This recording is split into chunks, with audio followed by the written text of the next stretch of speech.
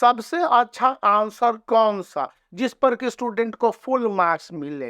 Paper showing last Saturday को था pre board examination 1 का, और उसके बाद ऑब्जेक्शन रेज करने के लिए टिल डेट आज तक का था, जब टीचर स्टूडेंट के साथ कम्युनिकेट करेंगे और बताएंगे कि बोर्ड एग्जाम में ISC class 12 and ICSE class 10 के स्टूडेंट के लिए आखिर कौन से गलतियां हुई जो प्री बोर्ड 2 में नहीं होनी चाहिए और बोर्ड में तो ये नहीं ही होनी चाहिए। तो यहाँ पर बहुत सारे स्टूडेंट ने डिफरेंट सोर्सेज का हवाला दिया। उन्होंने कहा कि उनके क्वेश्चन के आंसर सही है, कंटेक्स्ट क्वेश्चन, और उस पर मार्क्स नहीं दिए गए। बहुत सारे एग्जामिनरों ने अपनी बातें रखी और कुल मिला के जो एक कंक्लूजन आया मैं आपके साथ शेयर करना चाहूंगा कि your answer must be based on your text book and word limit is a must. दो बातें थी। अब इसका क्या मतलब हो गया?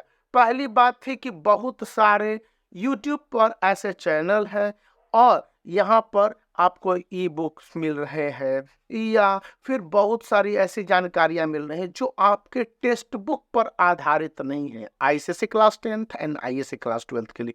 तो वैसे में उन स्टूडेंट को मार्क्स नहीं दिया जा सकता। जो दृष्टांत देखने को मिले आईएससी क्लास 12 के मैथ में, फिजिक्स आईसीएसई एंड आईएससी दोनों के जो स्टूडेंट थे उनको बायोलॉजी में और केमिस्ट्री में भी यह कॉमन फेनोमेना था कि स्टूडेंट के जो आंसर थे काफी ब्रीफ थे, कंसाइज थे। वहां पर स्टूडेंट ने किसी भी तरह से डिटेल आंसर नहीं लिखा, जबकि लॉन्ग आंसर वाले क्वेश्चंस पर इस बात की सर्टेनली रिक्वायरमेंट रहते हैं।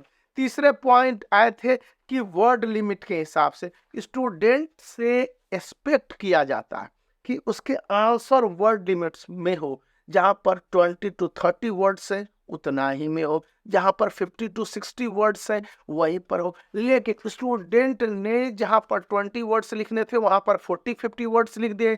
बहुत सारे स्टूडेंट ऐसे थे जो 10 वर्ड्स में ही काम चला दिया। तो वैसे में स्टूडेंट के मार्क्स वहां पर काट लिए गए। अब ये क्यों काट लिए गए? क्योंकि यह सीआईएससी का एक रिसेंट सर्कुलर जो कि नवंबर में आया था और अक्टूबर एंड तक और नवंबर फर्स्ट में, जब मेरी सही जानकारी हो तो, और उसके बाद उस पर सेमिनार भी हुए, वर्कशॉप भी हुए और स्टूडेंट को भी शामिल किया गया था क्लासरूम प्रोग्राम के तहत। और कहा गया था कि आप अपने आंसर को लिखते समय अलर्ट रहेंगे कि इंटरनेट से संबंधित सामग्री जो भी है वो नहीं डालेंगे। दूसरी बात है, अगर वर्ड लिमिट 30 से 40 है तो आप उसी बीच में लिखेंगे। 2 से 3 वर्ड्स मोर, 2 से 3 वर्ड्स लेस चलेंगे, लेकिन ज्यादा या कम की गुंजाइश नहीं होनी चाहिए।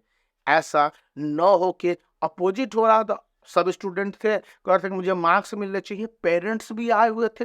यह एक पूरी तरह से हौच पौच की स्थिति थी। उन्हें बताया गया कि जो रूल और रेगुलेशंस है जिसके तहत बोर्ड के एग्जामिनेशन में आपको मार्क्स मिले, उसी के तहत यहाँ पर प्री बोर्ड 1 में आपकी स्टूडेंट की कॉपी को चेक किया गया है और उसी के आधार पर उनके आंसर शीट पर मार्क्स दिए गए। कुछ मैं सैंपल्स हैं उसको नेक्स्ट वीडियो में आपके साथ शेयर करने की कोशिश करूंगा। और बताया गया कि स्टूडेंट अगर कॉन्शियस है, अवेयर है अब नए पैटर्न के प्रति, जो कि एनालिटिकल थिंकिंग, क्रिटिकल थिंकिंग है, जिस तरह से क्वेश्चंस बदल दिए गए, बहुत सारे पेरेंट्स ये भी करते कि क्वेश्चन बदल दिए गए, तो ये क्वेश्चन सीआईएससी ने बदले हैं, उसी के पैटर्न के हिसाब से प्री बोर्ड 1 हुए। और प्री बोर्ड 2 जो दिसंबर लास्ट में स्केलेटेड था, जनवरी में फर्स्ट से सेकंड वीक में हो जाएगा, जब आपके प्रैक्टिकल और प्रोजेक्ट हो रहे होंगे।